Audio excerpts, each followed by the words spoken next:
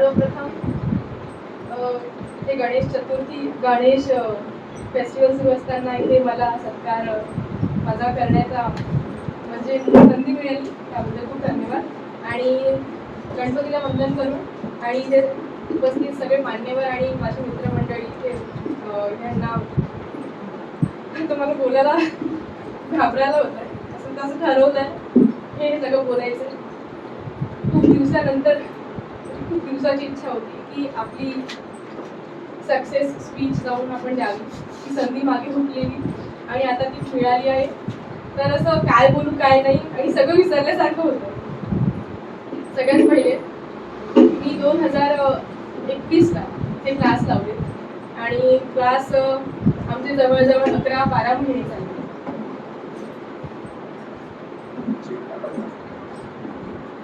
11-12 महिने चालले. मला आठवते जेव्हा वरोकार सरांना मी भेटली पहिला दिवस, तो वरोकार सरांना मी सांगितलं की सर मला राज्यसेवेसाठी प्रिपरेशन करायचं आहे आणि मी माझं बेसिक प्रिपरेशन आहे.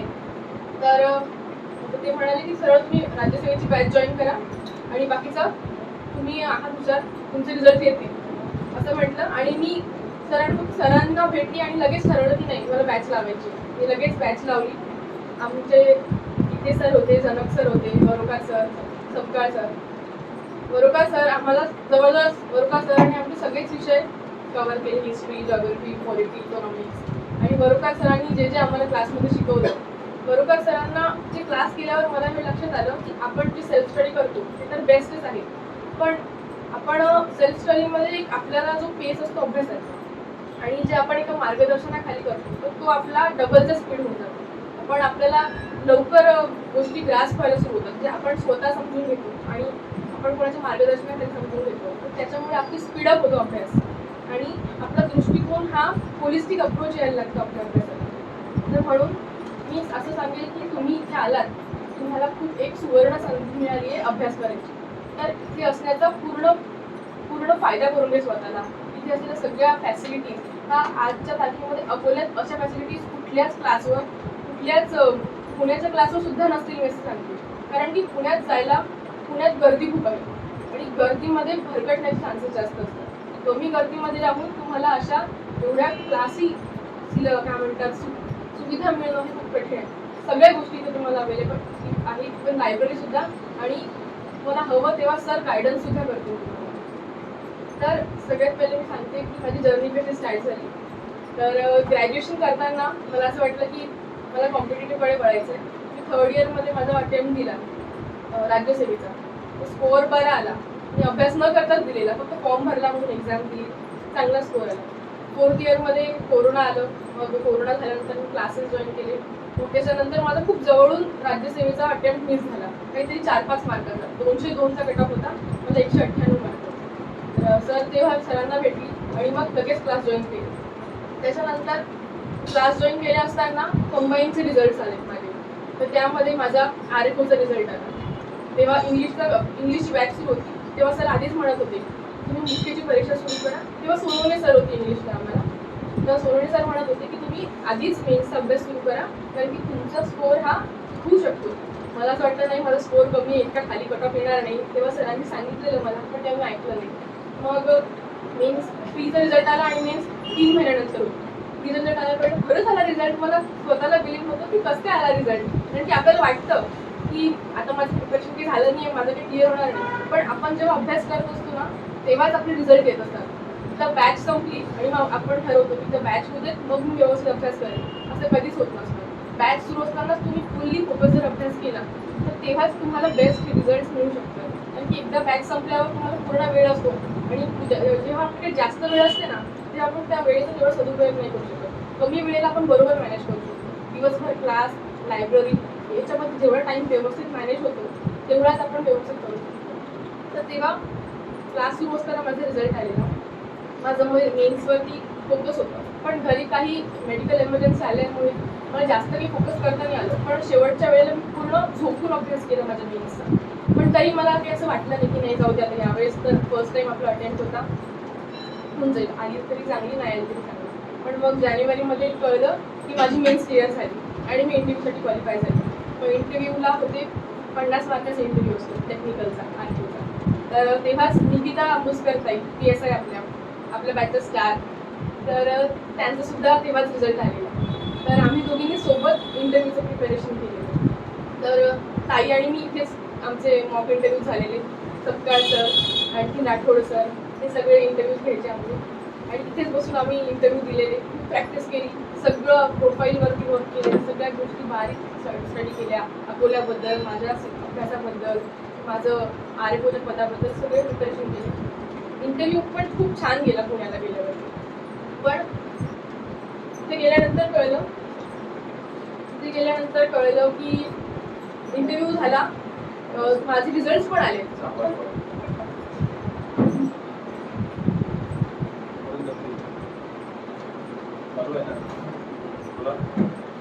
हॅलो, आवाज येतो? Hello hello hello. तर माझा इंटरव्ह्यू खूप छान गेला. मला 50 पैकी 30 मार्क होते, जे की खूप बऱ्यापैकी, म्हणजे 35 हायएस्ट होता. जो टॉपर आहे त्याला 35 मार्क होते. आणि मग रिझल्ट आले फायनल. त्याच्यात माझं नाव नव्हतं लिस्टमध्ये. मग मला वाटलं की चलो ठीक आहे, रिझल्ट नाही आला ठीक आहे, पण माझी लिस्टमध्ये जी माझ्या खालची मुलगी होती ती कसं काय वर आली? रिझल्टच्या अकॉर्डिंग, रिझर्वेशनच्या अकॉर्डिंग तर मला मिळायला हवं होतं, पण तिला का? मी आक्षेप घेतला. आक्षेप केल्यावर मी मुंबईला गेले, MPSC ऑफिसला व्हिजिट केलं. तिथे कळालं की माझं रिझर्वेशन हे फॉरेस्ट कॅटेगरीमध्ये झालंय, नाही की माझ्या स्वतःच्या कास्ट कॅटेगरीमध्ये. तेव्हा कळलं फॉरेस्ट रिझर्वेशन वेगळं आहे आणि कास्ट कॅटेगरीचं वेगळं आहे. म्हणजे मी ओपनमध्ये पण मला फॉरेस्टची कॅटेगरी मिळाली, म्हणजे मला ओपनमध्ये कट ऑफ काढायचं होतं आणि मी माझं कट ऑफ माझ्या कॅटेगरीवर समजलं. तर इतके बारकावे कळले आणि असं शेवटपर्यंत वाटत होतं की काहीतरी MPSC कडून चूक झाली आहे किंवा काहीतरी गडबड आहे, म्हणून रिझल्ट गेलाय, आपण हा जाऊन सॉल्व्ह करू इश्यू, मग माझा रिझल्ट तर नक्कीच आहे. मी पूर्ण डिपेंडंट झाली होती की माझा रिझल्ट हा येणारच आहे. ते सगळे इव्हन हायकोर्टात जायची पण मी तयारी दर्शवली होती. इव्हन बरोबर सरांना पण मी खूप कन्सल्ट केलं की सर आपण हायकोर्टात जायला पाहिजे का? सर म्हणे तुला तो विषय वाटतो का? आपलं कार्ड भारी आहे का? की आपले सगळे तुझे मुद्दे क्लिअर आहेत का? तो मी सगळी रिसर्च केली आहे, सगळे GR, rules of procedure MPSC वाचले, रिझर्वेशनचे जसं प्रोसिजर आहे त्याच्या अकॉर्डिंग तर माझं यायलाच हवं. सर म्हणे ठीक आहे, तुम्ही हायकोर्टात जायची तयारी ठेवा, पण तुम्ही एकदा मुंबईला MPSC ऑफिसला भेटून. तिथे गेल्यावर मला कळाला हा विषय की रिझर्वेशन हे 2 वेगळे विषय होते. फॉरेस्टचं रिझर्वेशन वेगळं होतं आणि कास्टचं वेगळं होतं. तिथे गेल्यावर मला मुद्दा मांडायला काहीच नव्हता त्यांना की आता याच्या पुढे तर काहीच बोलू शकत नाही, तर त्यांनी रिझर्वेशन 2 सेपरेट सांगितले. मग मी एकदम खचून परत आले आणि तेव्हा असे होते की राज्यसेवा फ्री पण होऊन गेलेली, कंबाईन पण होऊन गेलेली. माझं पूर्ण दोन्ही तिन्ही रिझल्ट 2022-23चे असेच गेले. मग त्याच्यानंतर आपण खूप जोरात आपलं तलाठी आणि इतर सर्व सेवांचे खूपच असा भर, काय म्हणतात त्याला, पूर आला जागेंचा. मग मला बिलकुल इच्छा नव्हती सर्व सेवा करायची, कारण की आपण जेव्हा राज्यसेवा आणि हे करत असतो तेव्हा सर्व सेवाकडे आपण असं एकदम कशाला सरळ सेवा मला नाही करायची, आपण नाही लक्ष देत एक्झाम्सकडे. पण इतके रिझल्ट गेल्यानंतर आणि अभ्यासामध्ये गॅप नको म्हणून मी सुरू केला सरळ सेवेचा अभ्यास. आणि तेवढ्यात माझा PSIचा पण फ्रीचा रिझल्ट आला. PSIचा रिझल्ट आला तेव्हा निकिता ताईचा फायनल रिझल्ट आला. म्हणजे निकिता ताईंनी तिथे कार्यक्रम ठेवला त्यांच्या सेलिब्रेशनसाठी आणि माझा PSIचा रिझल्ट आला फ्रीचा. तर मग सरांनी म्हटलं की आता दर्शना PSIवर फोकस करा आणि PSIच करा. मी ठीक आहे, मी ठरवलं की आता सरळ सेवा परत बाजूला केली आणि परत मी मेन्सवर फोकस केली. आणि मग परत दुसऱ्या आठवड्यात माझा ॲग्रीचा पण रिझल्ट आला फ्रीचा. म्हणजे मी ॲग्री मेन्सला पण क्वालिफाय झाले. तर मला मग सरांना परत भेटलं, सर आता मी करू काय? माझ्याकडे 3 संधी आहेत, एक सरळ सेवा, दुसरी ॲग्रिकल्चर मेन्स आणि तिसरी PSI. ॲग्रिकल्चर मेन्स मी दुसऱ्यांदा देत होते, कारण की RFOचा जेव्हा रिझल्ट आला तेव्हा ॲग्रीचा पण होता, पण मी RFOवर फोकस केलं, ॲग्रीवर नव्हतं केलं. म्हणून सर म्हणाले की तुम्ही आधी दिली आहे ना परीक्षा, एक काम करा, तुम्ही ॲग्रीवर पण करा, कॉमन सिलेबस पहिले कव्हर करा, ॲग्रीचं पण करा आणि PSIचं तर निकिता तुमच्याकडून करूनच घेईल. निकिता ताईला तेव्हा वेळ होता, त्यांचं ट्रेनिंगला कॉल यायचा बाकी होता. निकिता ताईकडून माझा बराच अभ्यास घेतला. त्यांनी मायनर ॲक्ट्स माझ्याकडनं करून घेतले आणि मेजर ॲक्ट्स जेव्हा माझ्याकडनं करून घ्यायची वेळ आली तेव्हा त्यांचा कॉल आला आणि त्यांनी सगळं माझ्या भरोशावर सोडून दिलं. तसं ताईंनी माझ्या भरोशावर सोडलं, तुम्ही ते भगवान भरोसे सोडून दिलं. मी काहीच नाही केलं त्या मेजर ॲक्ट्सचं, कारण की मला असं वाटतं आता मेजर ॲक्ट्स मोठ्या म्हणजे चांगल्या चांगल्या मुलांचे मेजर ॲक्ट्स होते, माझ्याकडून काय होणार आहे. मी ॲग्रीकडे फोकस केलं. अशा प्रकारे माझं ॲग्रीची मेन्स तर निघाली नाही, पण PSI मेन्स काय माहिती कसं काय निघाली. PSI मेन्स निघाली तोपर्यंत आणि ऑक्टोबर महिना आला. ऑगस्टमध्ये आपली तलाठीची सगळ्यांची रिझल्ट आली. माझ्याकडे 15 दिवस होते. आता 15 दिवस ॲटलीस्ट सरळ सगळीकडे थोडं तरी फोकस करूया, कारण की आपण 1000 रुपये भरले, तर असं वाटतं की ते वसूल व्हायला हवे. म्हणून मी थोडाफार अभ्यास केला. मराठी इंग्लिश खूप चांगल्याने झालेलं, कारण की ते मेन्सला कॉमन असतं प्रत्येकाला. मराठी इंग्लिश एकदम चांगलं गेलं. तर म्हणे जीके काय म्हणे कुठूनही केलं, कुठलंही पुस्तक वाचलं तरी ते जीके काही सॉल्व्ह होणार नाही. कुठून येतं कोणालाच माहित नाही ते सर्व सेवेचं जीके. तर म्हणून मी ते भगवान भरोसे ठेवलं आणि फोकस केलं इंग्लिश मराठी. आणि मग मॅथ्सचे सगळे कन्सेप्ट 5-6 दिवसात उरकले, कारण की माझं मॅथ्स बेसिक चांगलं आहे. त्याचे थोडेसे जे तलाठीचे प्रिव्हियस इयर्स पेपर्स आणि धनक सरांनी बरंच गाईड केलं की ह्या काय म्हणतात त्याला टाईप्स हे चांगली करून ठेवा. टेस्ट सिरीज घेतल्यात. फक्त टेस्ट सिरीजचे मी घेतले मी सबस्क्रिप्शन, पण त्याचे 2-4 पेपर सॉल्व्ह केले, पण त्याचं ॲनालिसिस चांगलं केलं. मग ते टेस्ट सिरीज सॉल्व्ह केल्या आणि मग त्याच्यानंतर ते वोकॅब तर मी शेवटच्या 2 दिवसांनी ठेवलेल्या. 2 दिवस मी फक्त लायब्ररीमध्ये फिरत वोकॅबच केलं, बाकी काहीच नाही केलं.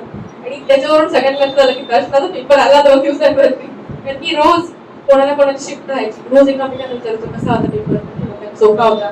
त्यात पण नवीनच कन्सेप्ट माहीत पडली. काही शिफ्टला हार्ड येतो, काही शिफ्टला सोपा येतो. आपलं काही फरक दिसत नाही. जसा येईल तसं येईल, आणि 100 तर करतोच आपण निगेटिव्ह मार्किंग नसल्यामुळे. तर तलाठीचा पेपर दिला मी. पेपर दिल्यावर मला मराठी इंग्लिश खूप सोपे वाटले, त्यात काहीच नाही. मॅथ्स पण खूप सोपं आलं. आणि जीके मी म्हटलं जीके मला काहीच येत नव्हतं. हार्डली आपले हिस्ट्रीमधले नोट्समधले जे मिळाले ते सगळे केले, आणि बाकी सगळं 100 पैकी 100 अटेंड करून आले. त्यानंतर जेव्हा तलाठीचा रिझल्ट आला तर मला कळलं बापरे, मला 172 मार्क, आणि त्यानंतर नॉर्मलायझेशन झाल्यावर ते 20 मार्क वर गेले, म्हणजे डायरेक्ट 192. म्हटलं हे काही आहे, म्हणजे नॉर्मलायझेशन काय असते हे अजूनही कोणाला त्याचं काही कॅल्क्युलेशन कळलेलं नाही. पण बेसिक जो आपला रिझल्ट असतो तर आपले बेसिक्स खूप क्लिअर लागतात. तर तुमची कुठलीही एक्झाम निघत राहते, तुमचा जो मूळ अभ्यास असतो. आणि सर नेहमी म्हणायचे, बरोबर सर, की आपल्या नोट्स पहिले फोकस करा, मग तर वाचन तुम्ही करा. तर नोट्स खरंच तुम्ही जर नोट्स तुमच्या पक्क्या केल्या, म्हणजे नोट्सच्या आतला एकही प्रश्न बाहेर तुमचा म्हणजे तो प्रश्न हातातून जाता कामा नये. तर तुम्ही नोट्स जर नीट केल्यात ना, आमची जी ग्रुप होता, आमचे सगळ्यांचे नोट्स तोंडपाठ आहे. आता जर आम्ही गेलो तर फक्त 1-2 दिवस लागतील, आठवणार नाही. मग परत सगळं आम्ही जसं तसं आम्हाला सगळं आठवेल. आपल्या क्लासच्या नोट्स तुम्हाला सांगते पुण्याच्या पेक्षा पण चांगल्या नोट्स. पुण्याचे लोक सुद्धा आपल्या नोट्स घेऊन जाऊन रेफर करतात, की ज्यांना माहिती पडतं हे तुझ्या नोट्स आहेत, मग त्या झेरॉक्स काढतात माझ्या नोट्सच्या. मी 2 महिने पुण्याला राहिले, त्यावरून हे लक्षात येतं की पुणे फक्त एक फॅड आहे. तर तुम्ही स्वतःला कमी समजू नका. तुम्ही पण मेन कॉम्पिटिशन मध्ये आहात. आपल्याला वाटतं की पुण्याच्या पोरांसोबत आपण कसं कॉम्पिट करणार, असं काहीच नाही. तुम्ही तिथे बसून पुण्याच्या मुलांना काय तुम्ही टॉपर पण राहू शकता. आपल्या नोट्स इतक्या परफेक्ट करा की नोट्स मधला पॉईंट तुटता कामा नये. मग तर इतर गोष्टींमध्ये सगळ्यात महत्वाचं आहे PYQ. तुम्ही सगळे इतके व्यवस्थित करा, तुम्हाला समजलं पाहिजे की आयोग या लाईनवर कसा प्रश्न विचारतो. तुम्हाला हा अप्रोच आला ना की तुमचे एकूण एक करत प्रत्येक एक्झाम क्लिअर होते. आणि रिझल्ट हे आपल्याला अनएक्सपेक्टेड वेळेस येतात. असं नाही की माझा अभ्यास झाला नाही आहे, आता माझी प्री निघाली आहे, आता माझा मेन्सचा अभ्यास झाला नाही तर बसून. तुमची प्री निघाली आहे ना, तर तुम्हाला आता काहीही करून मेन्स काढणंच आहे. कारण की पुढच्या प्रीपर्यंत तुम्ही अभ्यास होईल नाही होईल असं नाही. अभ्यास नाही झालाय तुम्ही नाही ती एक्झाम ठरवणार. म्हणून तुम्ही तुमचं 100% द्या. आणि आता जेव्हा आपली जर्नी सुरुवात असते, आपण खूप स्टार्टिंगला खूप एक्सायटेड असतो, आपली एनर्जी एकदम टोकाला असते. बरोबर सर नेहमी म्हणायचे की सुरुवातीला एकदम टोकावर असते, आणि मग जसं फेस येतो की संथ आपला अभ्यास सुरू असतो. तो सगळ्यात खतरनाक फेज असतो आपल्या अभ्यासाचा. त्यातनं ना लवकर बाहेर पडायचं असतं. त्याच्यानंतर एकदा आपला अभ्यास खाली येतो, नाहीतर आपण शिखरावर पोहोचतो. तिथून बाहेर यावं लागतं. आपला अभ्यास होतही असतो, आणि असा संथ गतीने म्हणजे कमी होत असतो अभ्यास, आणि इंटरेस्ट कमी झालेला असतो कुठे तर सगळ्यात इम्पॉर्टंट हे की अभ्यास कधीच कोणाला इंटरेस्टिंग वाटत नाही की हा चला तुम्ही अभ्यास करते, मला खूप आवड आहे अभ्यास. खूप कमी लोक असतात की त्यांना अभ्यास खूप आवडतो. तर त्यासाठी तुमच्यावर आहे की तुम्ही तुमच्या अभ्यासाला कसं इंटरेस्टिंग ठेवणार. आपले काही आवडते विषय असतात, काही नावडते विषय असतात, त्यावरती तुम्ही ठरवायचं की आता हा विषय कधी घ्यावा. दिवसातला आपला एक वेळ असतो की त्यावेळी तुमचा अभ्यास भरपूर होतो. तर महत्वाचे आणि कठीण सब्जेक्ट अशा चांगल्या प्रोडक्टिव्ह टाइममध्ये प्लॅन करा. ज्या वेळेस अभ्यास होत नाही तेव्हा लिखाण काम करा. जेव्हा लिखाण कामही कंटाळा येतो त्याही वेळेस अभ्यास होतो तेव्हा व्हिडिओज बघा. किंवा आम्ही वरोकार सरांचे लेक्चर्स रेकॉर्ड करायचो आमच्या मोबाईलमध्ये आणि त्यांच्याच आवाजात ऐकायचो. मग परत आमची रिव्हिजन व्हायची. आणि ऍबसेंट असेल ना कोणी तर आम्ही त्यांच्यासाठी पण रेकॉर्ड करून ठेवायचो. तो आम्हाला खूप फायदा झाला. वरोकार सरांचे मोबाईल त्यांची मोबाईल ठेवून दिलो. सर आमचा मोबाईल ठेवा तिथे. सर पण काही म्हणत नव्हतं किंवा आम्ही तिथे ठेवायचो की मोबाईल ठेवला सरांच्या आवाजामध्ये ऐकलं आम्हाला नोट्स पण वाचायची गरज. सो हिस्ट्री आणि मराठी आम्ही तसं केलं. आणि सरांनी मराठी तर एवढं परफेक्ट घेतलं असं स्टोरी सारखं सांगितलं सरांनी. मराठीची नोट्स ती एवढी छोटी वाटते पण ती तोंडपाठ झाली आहे. मला मराठीचे समास खूप कठीण वाटायचे पण त्यात शिकवल्यानंतर असं वाटलं समाज तर काहीच नाही आपण उगाच त्याला घाबरत होतो. तसंच हा सिलेबस आहे. दिसायला खूप मोठा दिसतो पण आपण आपल्याला एक फ्रेम आखून घ्यायला लागतो की ह्या फ्रेम मधलं आपण करायचं ठराविक करायचं पण एकदम थेट करायचं परफेक्ट करायचं. तर ह्यावरती आपल्याला ठरवावं लागतं की आपण कुठले स्ट्रॉंग पॉईंट्स आहेत आपले कुठले वीक पॉईंट्स आहेत. आपण आपल्या वीक पॉईंट्सला थोडा ऍव्हरेज देऊन ठेवायचं. कुठल्या सब्जेक्टला मागे ठेवायचं हे पण सरांच्याच नाही सगळ्या की सगळे सब्जेक्ट आपले स्ट्रॉंग सब्जेक्ट एकदम परफेक्ट करून ठेवायचेच पण जे वीक आहे त्याला ऍटलीस्ट ऍव्हरेज पर्यंत नेऊन ठेवायचं. त्याला शून्य नाही ठेवायचं. असेच रिझल्ट येतात. कारण की जो टॉपर असतो ना तो कधीच सगळ्या सब्जेक्टचा मास्टर नसतो. त्याचे पण काही वीक पॉईंट असतात पण तो वीक पॉईंट त्याच्या ऍटलीस्ट ऍव्हरेज पर्यंत तरी नेऊन ठेवतो. आणि अभ्यास झाल्यानंतर आपल्याला टुक्के मारायचं पण इथे येतो एलिमिनेशन वगैरे अंदाज येतो की 50-50 मध्ये ऍटलीस्ट दोघांपैकी तरी त्याच्यामध्ये आपला एक्सपिरियन्स आणि आपला पेपर आपण जेवढे PYQ करतो त्याच्यामध्ये आपल्याला अंदाज येतो की या दोघांपैकी कुठला बरोबर असेल. म्हणून टॉपर लोकांचे पण टुक्के पण बरोबर येतात. मग तेवढा अभ्यास लागतो तेवढा PYQ स्टडी लागतो. आणि आपण इथे भरपूर लोक आपल्याच लायब्ररीला असतील असं मी हे करते अज्युम करते. माझी म्हणजे माझं असं म्हणायचं माझं पर्सनल ओपिनियन आहे की तुम्ही ना आपल्या क्लासवरच लायब्ररी लावा. कारण की ते ऍटमॉस्फिअर इथेच मिळेल. तुम्ही इथे शिकता इथे जी सायकोलॉजी आहे अभ्यासाची सगळेजण अभ्यासाबद्दलच बोलतात तुम्हाला दुसऱ्या लायब्ररीवरती किंवा घरी नाही मिळणार. परत तुम्ही वर जाल परत तुम्ही त्याच ऍटमॉस्फिअर मध्ये राहाल तुम्ही जास्त फोकस्ड राहाल तुमच्या ध्येयाप्रती. बाकी लोक अभ्यास करताना बघूनही आपण अभ्यास करतो. मला बऱ्याचदा असं लायब्ररीमध्ये व्हायचं की आता मला कंटाळा आला मी उठून जाते पण मी असं बघितलं तर मला माझी मैत्रीण मला शिवानी अभ्यास करताना दिसायची. तिच्याकडे बघितलं मग बाकीचे पूजा पण अभ्यास करताना दिसायची. म्हटलं नाही दोघी अभ्यास करता आपण एक बसून राहतो. तर आणि कधी त्यांचं पण सेम व्हायचं की त्या उठ्याला त्यांना जीवावर आलं की मग ते माझ्याकडे बघायच्या इकडे तिकडे बघायचं नाही ही बसते मी पण बसते. तर हा फरक पडतो लायब्ररीचा. तर घरी अभ्यास न करता सगळ्यांनी प्लीज लायब्ररीत अभ्यास करा. आणि कधी तुम्हाला असं वाटलं ना की आपला अभ्यास कमी पडतोय किंवा स्वतःवरचा विश्वास कमी झाला की नाही माझ्याकडनं नाही होणार माझे इतके रिझल्ट म्हणजे इतक्या परीक्षा दिल्या इतकं रिझल्ट येत नाही आता इतके वर्ष झाली तर आवर्जून मी सांगते वरोकार सरांना भेटा. बाकी काहीच करायची गरज नाही. वरोकार सरांना भेटलात तुमचं पूर्ण मोटिवेशन तुडुंब भरून जात मोटिवेशन. कारण की सर व्यवस्थित गाईड करतात आणि तुमच्याबद्दल कॉन्फिडन्स आहे तो परत तुमच्यामध्ये फील होऊन जातो. आणि आपला सगळ्यात महत्वाचा अजून एक फॅक्ट असं आहे की आपला फ्रेंड सर्कल चांगला ठेवा. म्हणजे आपल्याला असं वाटतं की आपण आपल्या फ्रेंड्स सोबत क्लास लावले नाही. सगळ्यात महत्वाचं तुमचा रिझल्ट. तुम्ही तुमच्या स्वतःसाठी अभ्यास करताय तुमच्या फ्रेंडसाठी. तर तुमचा फ्रेंड सर्कल पण तेवढाच अभ्यासू असायला हवा. नसतील तर त्यांना पण अभ्यासाला लावा. अडथळे असतील तुमच्या फ्रेंड्समुळे तुमचा अभ्यास होत नसेल ना तुमची जबाबदारी आहे तुम्ही त्यांना एकदा बाजूला तरी करा किंवा त्यांना अभ्यासाला लावा.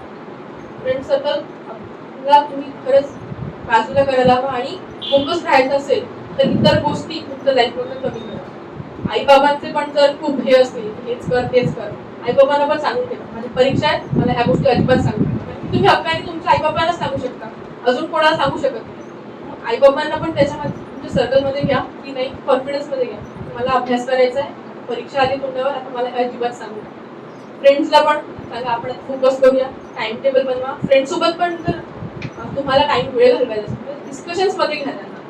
काही सब्जेक्ट असे असतात की डिस्कशन्स फार पुढे फास्ट त्याचं सिलेबस कव्हर होतं. आणि आपलं हे जे आहे फ्रेंड सर्कल एकदा इम्प्रूव्ह झालं ना तुम्ही सतत त्याच वातावरणात राहता. क्लासमध्ये पण अभ्यासाचं वातावरण लायब्ररीमध्ये सुद्धा फ्रेंड्स पण तुमच्या अभ्यासात आणि घरी गेल्यावर पण तुमचे पेरेंट्स तुम्हाला त्याच गोष्टी सपोर्ट करतात.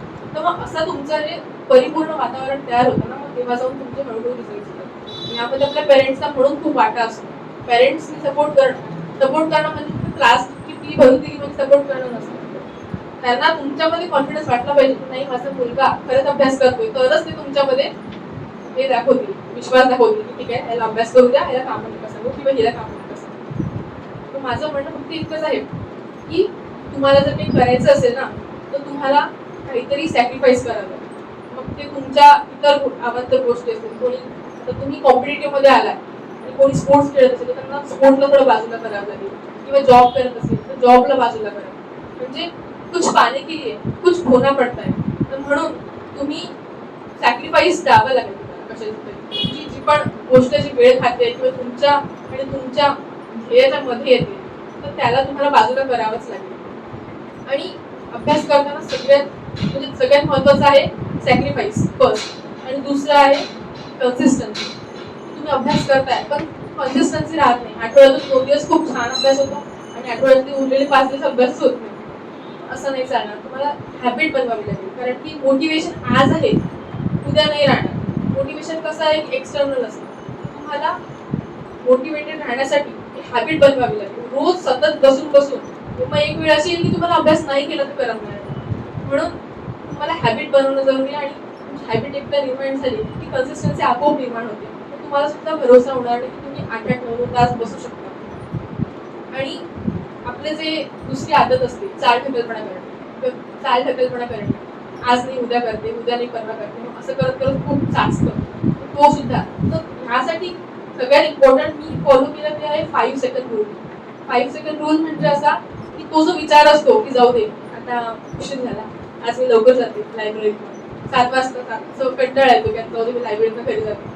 तर तो फक्त 5 सेकंदाचा विचार असतो आपला, की 5 सेकंद आपल्यावर इतके हवी होतात की आपण आपले डिसिजन बदलून टाकतो. ठीक आहे बॅकपॅक क्लीन लगेच घरी जाणार ते नाही. तर तुम्हाला त्यासाठी त्या 5 सेकंदासाठी तुम्हाला ना खूप स्ट्रॉंग काय म्हणतात तर डिटर्मिनेशन लागतं की 5 सेकंदाचाच आपला विचार आहे, नंतर हा विचार येणार आणि तुमच्या माइंडवर तुम्हाला खूप ताबा ठेवावा लागतो.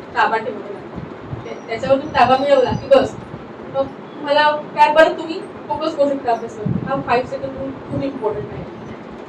आणि आपण नेहमी ठरवतो. नेक्स्ट आहे टाइम टेबल तुमचं फ्लेक्सिबल ठेवा. म्हणजे आपण ठरवतो की आज हिस्ट्री घेणार, उद्या जॉग्राफी, म्हणजे काहीतरी प्रत्येकाचे वेगळे क्रायटेरिया असतात टाइम टेबल बनवायचे. दिवसातनं 3 तास हे 3 तास हे असं काही प्रत्येकाचं वेगळं असतं. तर त्यामध्ये फ्लेक्सिबिलिटी ठेवा. असं जरुरी नाही की टाइम टेबल म्हणजे केलं ते व्हायलाच पाहिजे, आणि जर नाही झालं तर मग ते वेगळं आपलं सेटबॅक असतं की माझा अभ्यास होत नाही. तुमचं टाइम टेबल फ्लेक्सिबल तुम्हाला ठेवावं लागेल. तुम्हाला वीक पॉईंट आणि स्ट्रॉंग पॉईंट माहिती पाहिजे. जसं मगाशी मी बोलली की तुमचा स्ट्रॉंग पॉईंट जो आहे तो जेव्हा तुमचा कमी अभ्यास होतो तेव्हा करा, आणि जे हार्ड सब्जेक्ट्स आहेत ते जेव्हा जास्त अभ्यास होतो तेव्हा करा. फ्लेक्झिबिलिटी आणि अचिवेबल टार्गेट्स ठेवा. म्हणजे तुम्ही एकदम ठरवाल की मी एकदम 50 पानं वाचून काढेल, नाही. तुम्हाला तुमची कॅपॅसिटी आधी माहिती पाहिजे. मग हळूहळू 2-2 पानं वाढवायची. आज 10 पानं वाचतो, उद्या 12, 15 असं वाढवायचं. एकदम कुठलीच गोष्ट होत नसते. थोडं संपवायचं. आणि सगळ्यात लास्ट आणि सगळ्यात महत्वाचं म्हणजे की स्वतःवरती भरोसा ठेवा. कारण की आपण सुरू करतो तेव्हा आपण फुल ऑफ कॉन्फिडन्स असतो, आणि जेव्हा काय म्हणतात कॉम्पिटेटिव्ह एक्झाम करत आपल्याला एक पॉईंट येतो तसं वाटतं की नाही माझ्याने होत नाहीये, बहुतेक आपण कॉम्पिटेटिव्हसाठी बनलोच नाही. तर तेव्हा स्वतःमधला जो भरोसा असतो तो ठेवणं खूप गरजेचं असतं. आणि ह्यासाठी तुमचे फ्रेंड सर्कल सांगितलं तो तुम्हाला एक मोटिवेट करेल. दुसरे तुमचे मार्गदर्शक, तुमचे गुरु म्हणजे वरोकार सर त्यांना जाऊन भेटू. आणि तिसरे आपले पेरेंट्स, हे आपल्याला जर सपोर्टिंग आणि तुम्ही जसं निर्माण केलं सर्कल त्याच्या अकॉर्डिंग मग तुम्हाला तुमचा मध्ये जो भरोसा आहे तो रिस्टोर होऊ शकतो. स्वतःमध्ये आपण किती वाटतं की नाही आपलं मन स्ट्रॉंग पाहिजे, आपण भरोसा ठेवला पाहिजे, पण एक पॉईंट येतोच की आपल्याला खूप निगेटिव्ह फिलिंग येतात की नाही मला काहीच करावं वाटत नाही, मला सगळं सोडून द्यावं वाटतंय. आता मला असं वाटतं की लायब्ररीमध्ये पण मी उगाच माझी फी जाते, मी अभ्यास पण करत नाही, असं खूपदा वाटतं.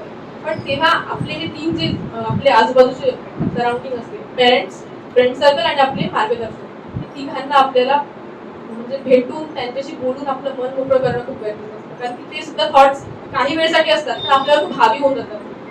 अशा वेळेस ना आपण त्यांना बोलून आपलं मन हलकं करणं खूप गरजेचं असतं. तर माझ्या जर्नीमधनं फक्त एवढं सांगायचा प्रयत्न करेन की फक्त टिकून राहा. तुमचा रिझल्ट हा येणेच आहे. जर तुम्ही सगळ्या गोष्टी अशा व्यवस्थित केल्या प्लॅन तर सगळं आपल्या मनानुसार घडून येतं. तर माझी फक्त प्रत्येकाला एक इच्छा आहे की आता तुम्ही बॅच करताय, हा सुरुवातीचा फेज आहे, तर हाच कॉन्फिडन्स, हीच एनर्जी शेवटपर्यंत टिकवून ठेवा. आणि माझी इच्छा आहे की प्रत्येकाने इथले जितके पण सगळे व्यक्ती आहेत प्रत्येकाने एक एक पोस्ट आणावी आणि आपल्या क्लासचं नाव असं उंच करावं आणि अशीच परंपरा चालू ठेवावी. मला इथे बोलण्याची संधी दिल्याबद्दल मी वरोका सर आणि सरांचे आभार मानते आणि माझे 2 शब्द संपले.